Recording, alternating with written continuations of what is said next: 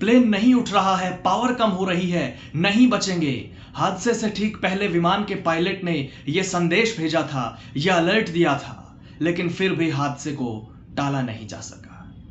दोस्तों नमस्कार, मैं आपका यार जतिन पत्रकार। अहमदाबाद विमान हादसे में प्लेन के पायलट सुमित सभरवाल का एटीसी यानी कि एयर ट्रैफिक कंट्रोलर को भेजा गया आखिरी मैसेज सामने आया है। 4 से 5 सेकंड के संदेश में सुमित सभरवाल कह रहे हैं कि मेडे मेडे मेडे, थ्रस्ट नहीं मिल रहा, पावर कम हो रही है, प्लेन नहीं उठ रहा, नहीं बचेंगे। लेकिन कहा जा रहा है कि जब एटीसी ने संपर्क किया तो कोई जवाब नहीं मिला। इस हादसे पर नागरिक उड्डयन मंत्रालय के सचिव समीर कुमार सिन्हा ने बताया कि विमान ने दोपहर 1:39 पर टेक ऑफ किया था। लगभग 650 फीट की ऊंचाई पर पहुंचने के बाद ये ऊंचाई खोने लगा।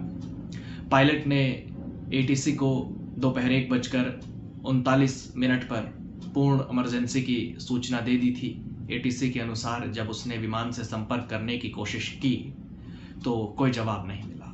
1 मिनट के बाद विमान एयरपोर्ट से 2 किलोमीटर दूर मेघानी नगर में दुर्घटनाग्रस्त हो गया, यानी कि महज कुछ ही सेकंड्स में यह हादसा हो गया।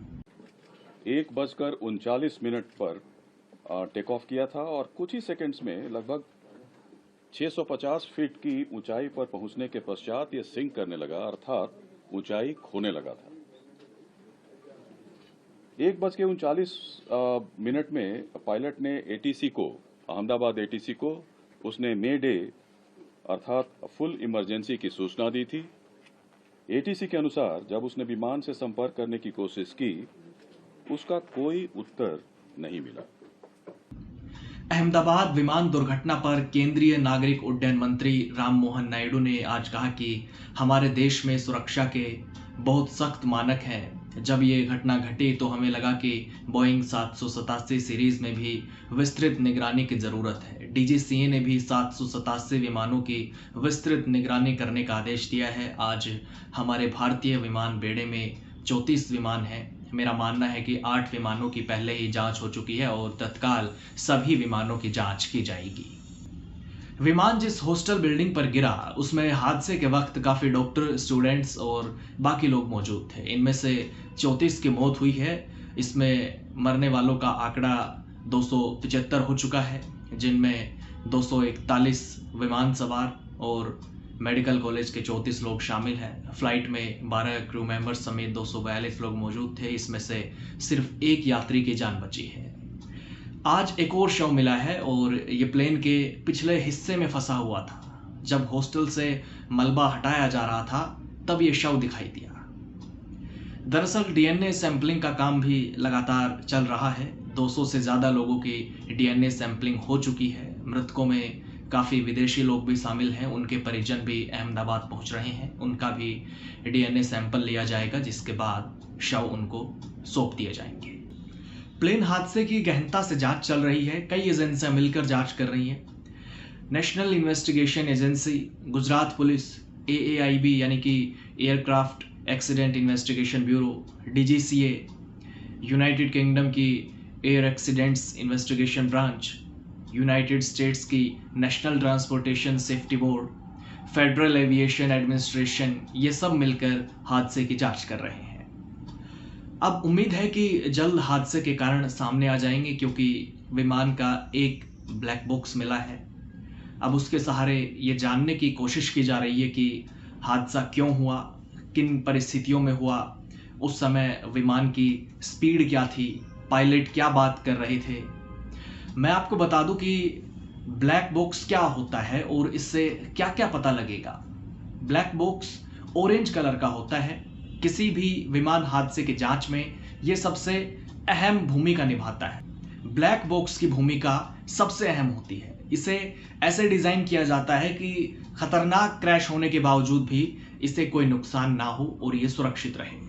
ब्लैक बॉक्स के बिना जांचकर्ताओं को ये समझना मुश्किल होता है कि हादसा क्यों हुआ, कैसे हुआ। ये पायलट की गलती, तकनीकी खराबी, मौसम या बाहरी हमलों को पहचानने में मदद करता है। ये स्टील या टाइटेनियम से बनी इलेक्ट्रॉनिक रिकॉर्डिंग डिवाइस है जो विमान के क्रैश होने पर जांचकर्ताओं को उसकी वजह जानने में मदद करती है। ब्लैक बॉक्स को फ्लाइट रिकॉर्डर भी कहते हैं। ये दो प्रकार के होते हैं, एक फ्लाइट डाटा रिकॉर्डर यानी कि एफडीआर और दूसरा कॉकपिट वॉइस रिकॉर्डर यानी कि सीवीआर। दोनों डिवाइस को मिलाकर एक जूते के आकार के वो बन जाते हैं। एफडीआर हवा की स्पीड, ऊंचाई, ऊपर जाने की स्पीड और फ्यूल फ्लो जैसी करीब 80 गतिविधियों को रिकॉर्ड करता है, जबकि सीवीआर कॉकपिट की आवाजें रिकॉर्ड करता है। पायलट्स की आपसी बातचीत, उनकी एयर ट्रैफिक कंट्रोल से हुई बातचीत को रिकॉर्ड करता है। साथ ही स्विच और इंजन की आवाज़ें भी इसमें रिकॉर्ड होती है। ये जांच अधिकारियों को ये समझने में मदद करता है कि क्या पायलट्स को पता था कि विमान हादसे की ओर बढ़ रहा है। ये भी समझा जा सकता है कि क्या विमान को काबू करने में उन्हें दिक्कत हुई है। और ये ब्लैक बॉक्स ऐसे होते हैं जो विमान क्रैश होने पर भी डिस्ट्रॉय नहीं होते, जलते नहीं हैं। इनकी बनावट ऐसी होती है। ब्लैक बॉक्स की मजबूती को जांचने के लिए 700 किलोमीटर प्रति घंटे से ज्यादा की रफ्तार से कंक्रीट की दीवार पर मारा जाता है ताकि विमान क्रैश होने पर भी ये टूटे ना। इसके अलावा करीब 1 घंटे तक 1100 डिग्री तापमान में रखा जाता है ताकि भयानक आग लगने पर भी वो जले ना। इस पर 5 मिनट तक के लिए 2.25 टन वजन करीब रखा जाता है ताकि दबने के बावजूद भी ये टूटे ना। और 6000 मीटर की गहराई में रखा जाता है ताकि पानी में अगर प्लेन कभी क्रैश होता है तो इसका कुछ ना बिगड़े, तब भी ये सुरक्षित रहे। हालांकि अब ब्लैक बॉक्स के डाटा को एनालाइज करने में कितना वक्त लगता है ये देखना होगा, लेकिन इतना है कि अब हादसे के कारण जरूर सामने आ जाएंगे।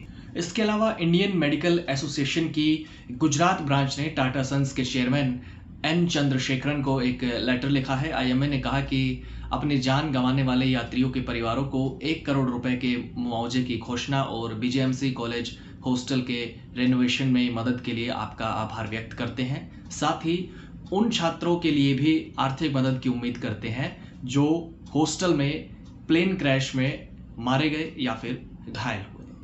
क्रैश साइट पर अभी भी जांच पड़ताल चल रही है और जिन लोगों ने हादसे को अपनी आंखों से देखा है उनके पास भी ये भयानक मंजर बताने के लिए शब्द नहीं है। तो यही उम्मीद है कि जांच में सब साफ हो जाएगा और सवालों से बचने के बजाय, गलतियां निकालने के बजाय निष्कर्ष तक पहुंचा जाएगा। इस हादसे से एक बहुत बड़ी सीख ली जाएगी ताकि भविष्य में कोई इस प्रकार का हादसा ना हो। नमस्कार।